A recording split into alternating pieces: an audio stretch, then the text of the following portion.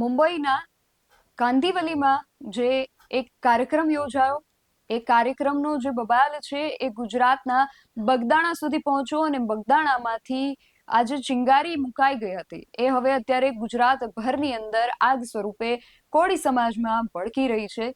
કોળી સમાજના જે રાજકીય અને સામાજિક આગેવાનો છે એ નવનીત બાલદિયાને ન્યાય આપોની માંગ સાથે અલગ અલગ વિરોધ પ્રદર્શનો કરી રહ્યા છે. પરંતુ આ જે આખો મુદ્દો છે એની અંદર રાજકારણ જે છે એ શું ભૂમિકા ભજવી રહ્યું છે, ઘણા બધા રાજકીય વિસ્તારો છે ત્યાં આ જે મુદ્દો છે એની ખૂબ અસર ઊંડી થઈ છે.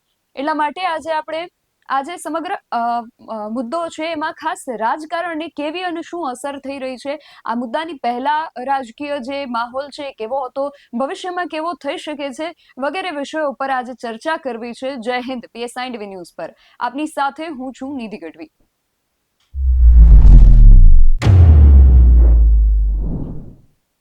બગદાણાની અંદર જે બબાલ થઈ એને ઘણા દિવસો વીતી ગયા છે અને કોળી સમાજ જે ગુજરાતની અંદર ખૂબ મોટી અને લગભગ સૌથી વધુ સંખ્યા ધરાવતો સમાજ છે એ એવો સમાજ છે જે રાજકીય જે એંગલ છે એની અંદરથી પણ આ સમાજ ખૂબ અસર કરતા સમાજ છે. એટલા માટે અત્યારે જ્યારે કોળી સમાજ વિફર્યો છે, એમના જે યુવાનને મારવામાં આવ્યો છે અને પોલીસની જે કામગીરી શંકાસ્પદ લાગી રહી છે, તો કોળી સમાજ અત્યારે આ વિફર્યો છે તેની રાજકારણ ઉપર કેવી અસર થઈ શકે એવા વિષયો સાથે આજે આપણે ચર્ચા કરવી છે. ચર્ચા કરવા માટે આજે આપણી સાથે જોડાયા છે વરિષ્ઠ પત્રકાર ધીરુભાઈ પુરોહિત. ધીરુભાઈ, PSI ટીવી ન્યૂઝમાં આપનું ખૂબ સ્વાગત છે.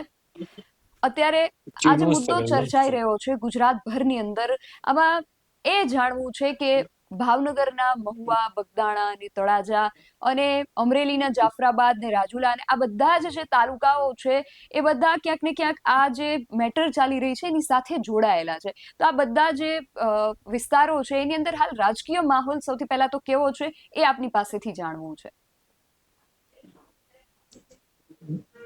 બેન, બગદાણાની જે ઘટના બની છે એમાં કોળી સમાજના યુવાનને અન્યાય થયો છે એવી વાત સાથે કોળી સમાજ મેદાનમાં આવ્યો છે.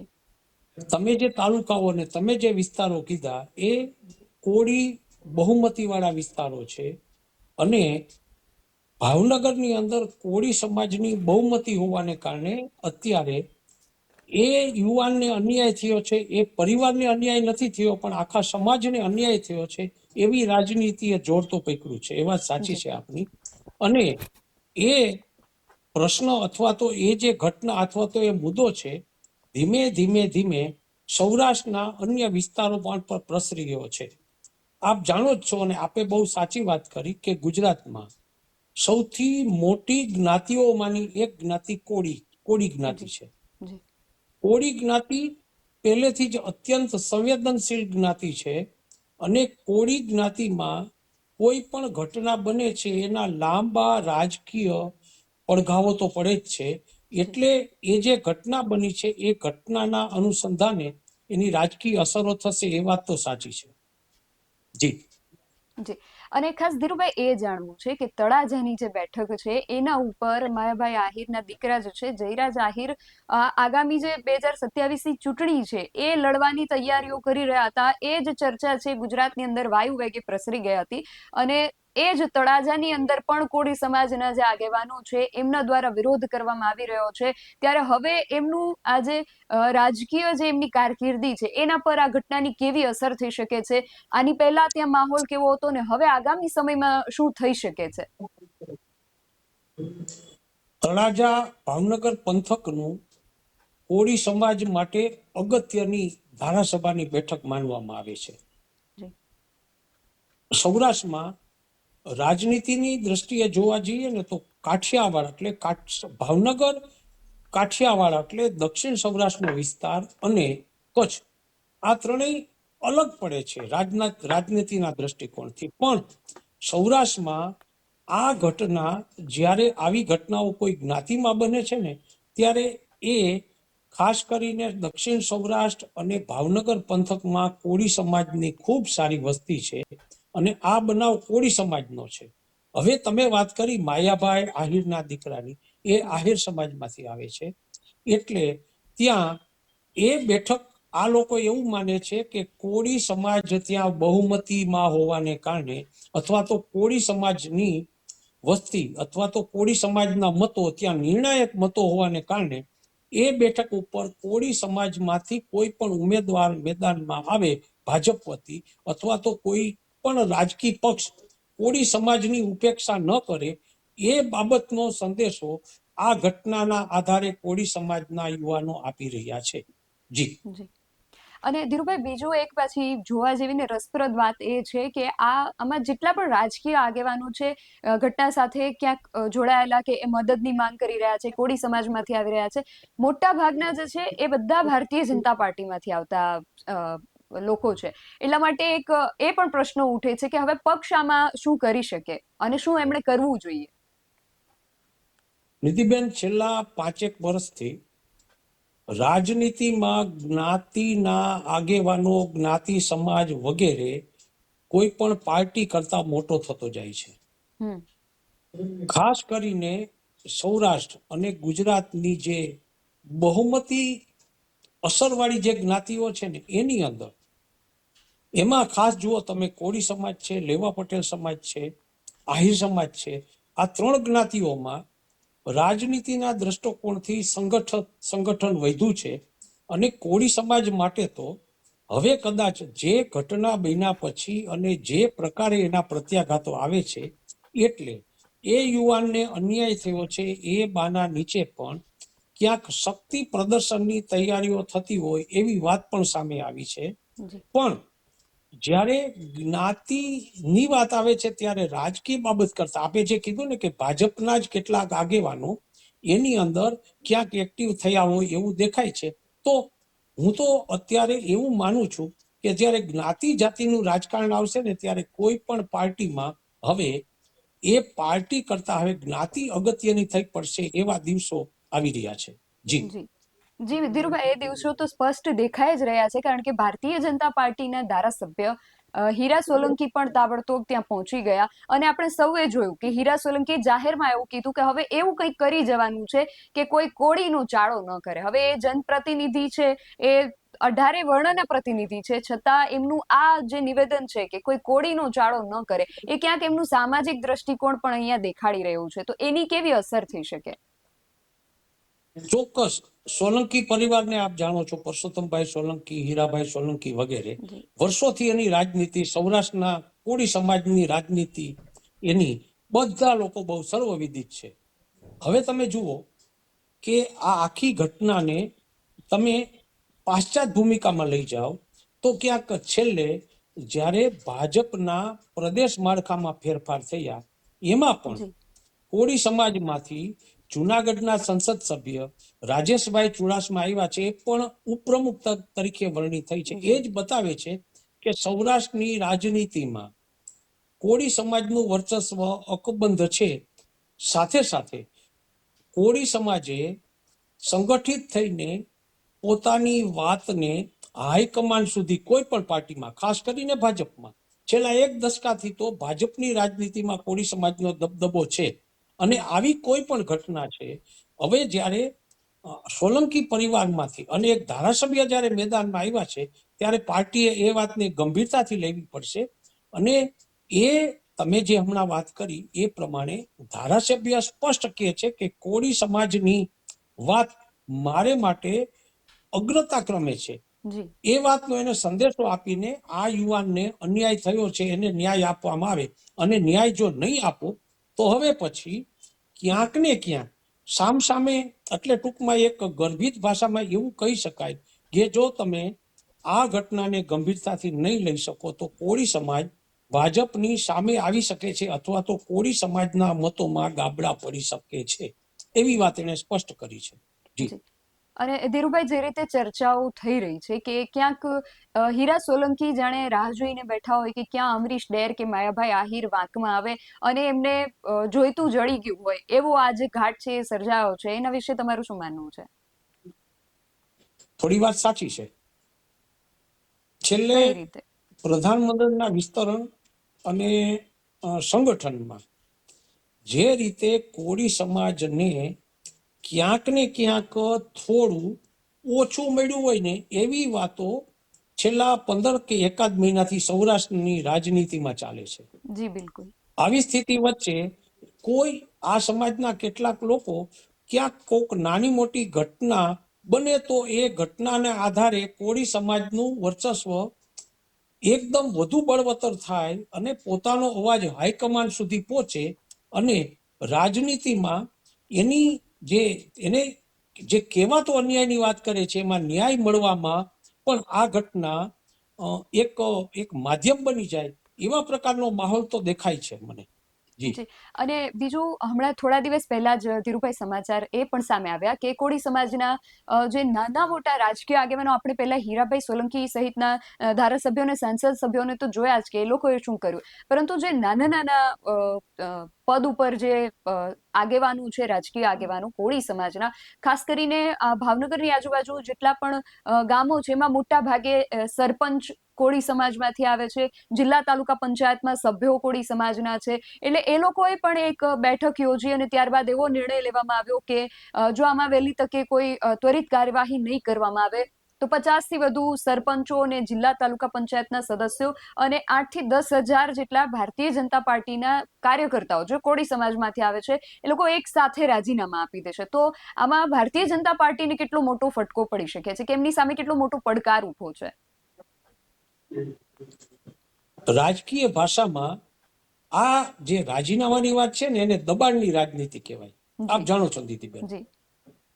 હવે ભાવનગર પંથકના કેટલાક આખા ગામો કોળી સમાજના છે, અથવા તો બહુમતી ખૂબ મોટી વસ્તી ભાવનગર પંથકમાં કોળી સમાજની છે.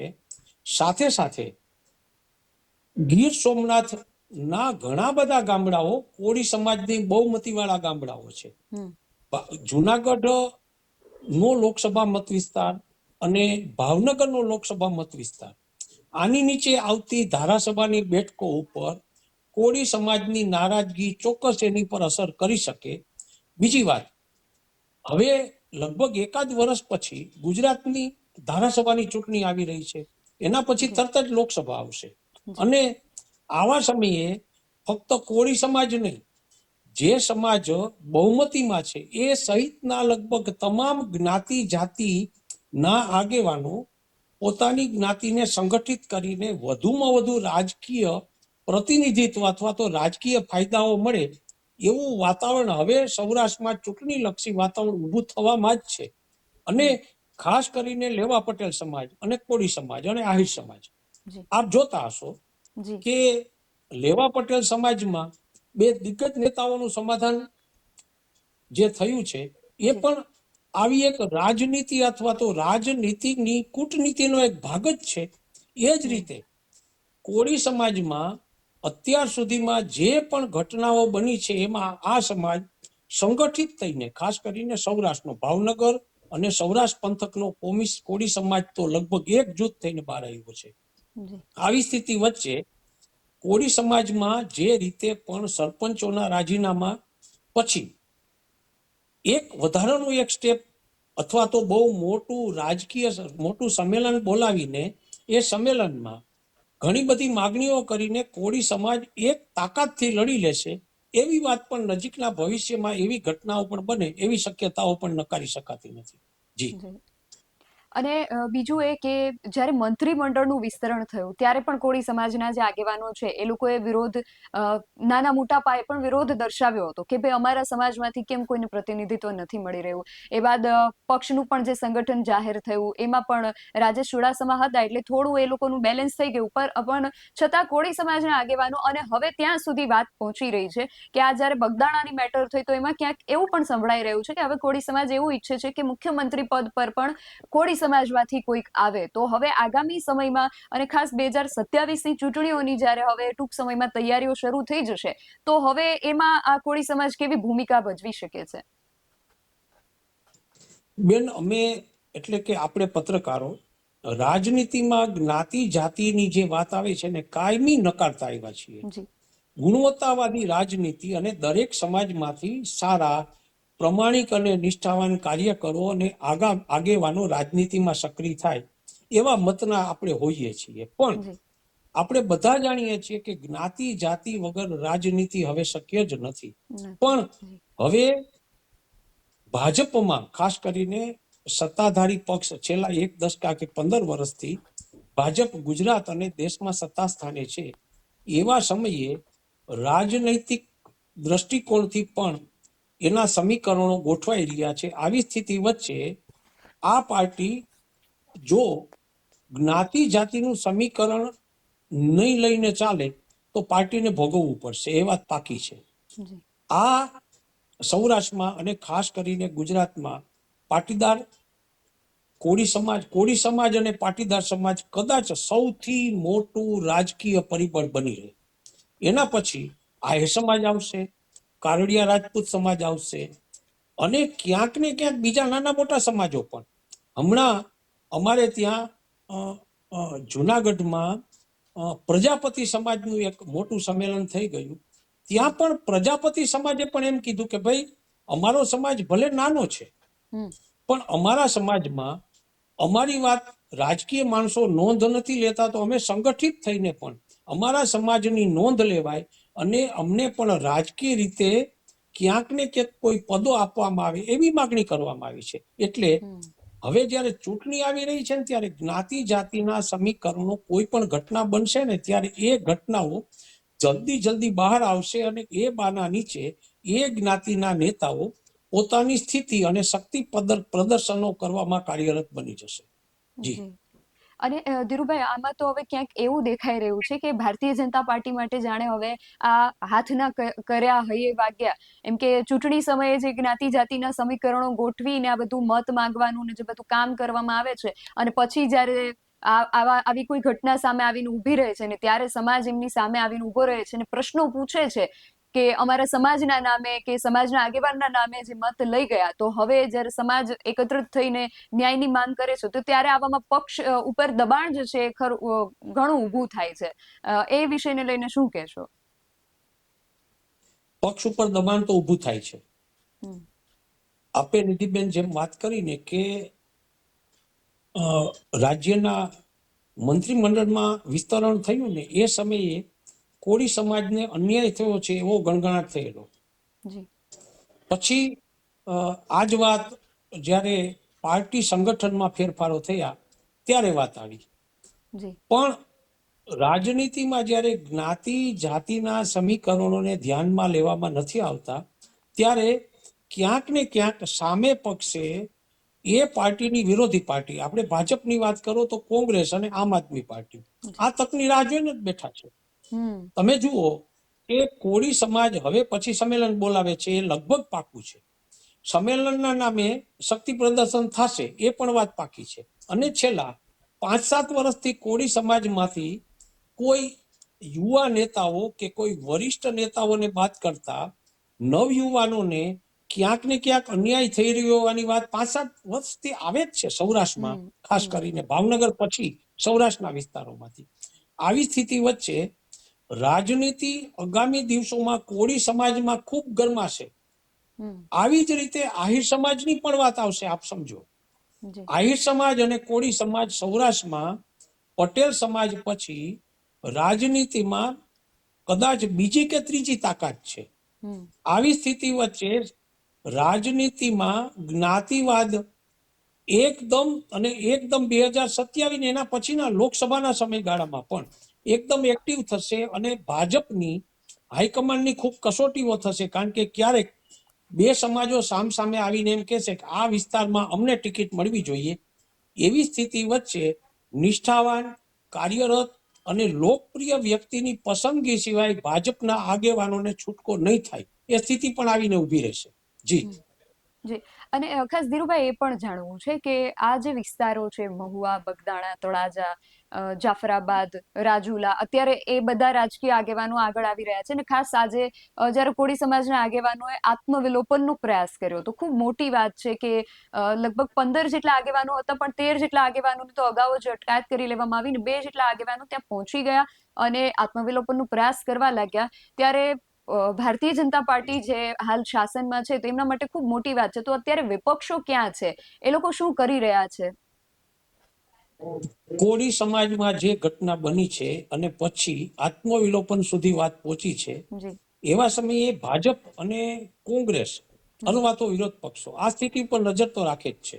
જી કારણ કે નાના મોટા સમાચારો વર્તમાન પત્રો અને લોકલ ટીવી ચેનલ્સ અથવા તો સોશિયલ મીડિયામાં ચાલે છે. જી પણ કોળી સમાજમાં આ ઘટનાને લઈને હજી દિગ્ગજ નેતાઓ મેદાનમાં નથી આવ્યા, એકાદ ધારાસભ્યને બાદ કરતા. સૌરાષ્ટ્રની અંદરનો કોળી સમાજ આની વિશે જ્યારે પ્રત્યાઘાત આપે અથવા તો આગેવાનો જ્યારે મોં ખોલશે ને, પછી ખબર પડશે કે આ ઘટનાને લઈને કોળી સમાજ કેટલો સંગઠિત છે. પણ હું એમ માનું છું કે આ ઘટનાને 2027 સુધી સતત લાઈવ રાખવામાં આવશે. કોળી સમાજમાં સંગઠનના નામે આ ઘટનાને સતત યાદ કરીને શક્તિ પ્રદર્શનો થશે અને એ વાતની સાથે રાખીને કોળી સમાજ રાજનીતિમાં પોતાનું પ્રતિનિધિત્વ વધારવા માટે એડી ચોટીનું જોર લગાવશે અને લગાવવું પણ જોઈએ.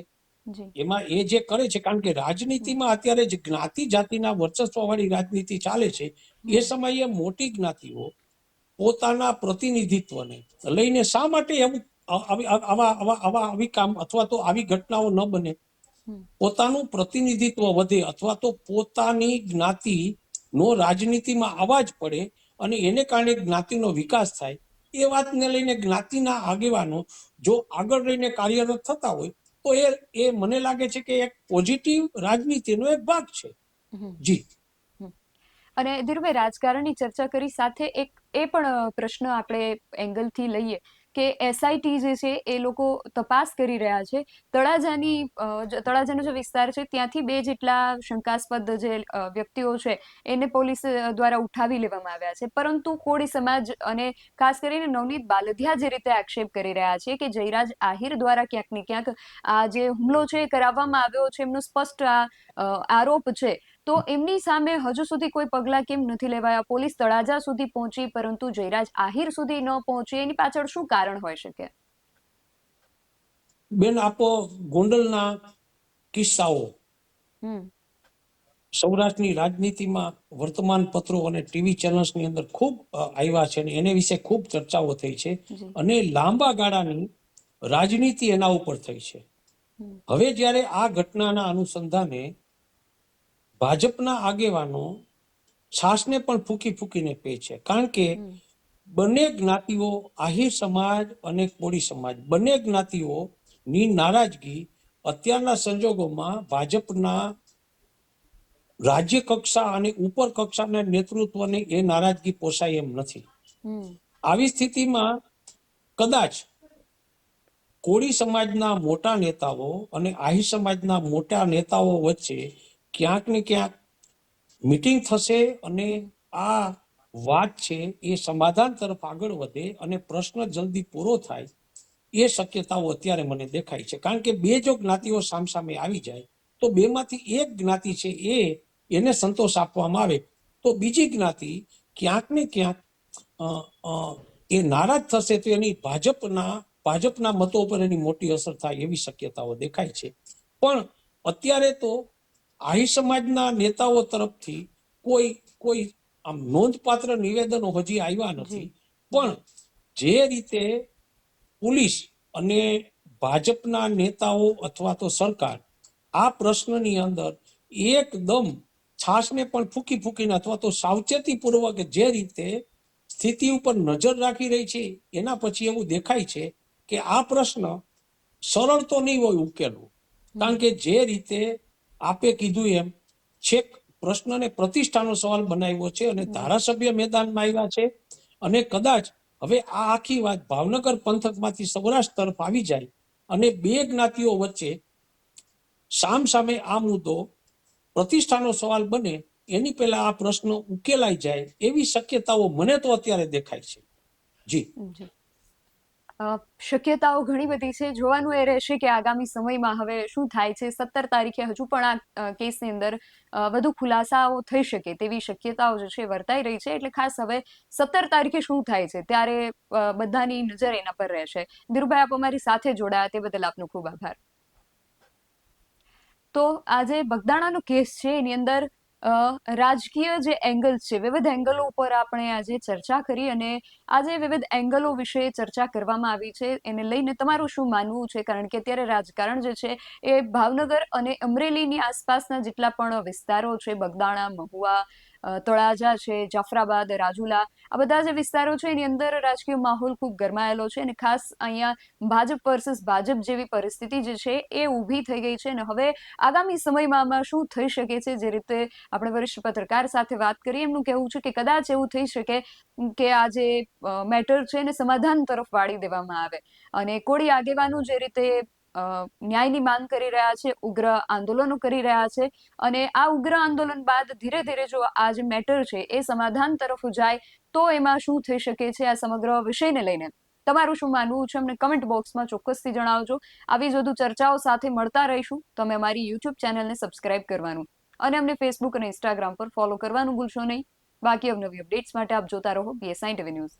નમસ્કાર.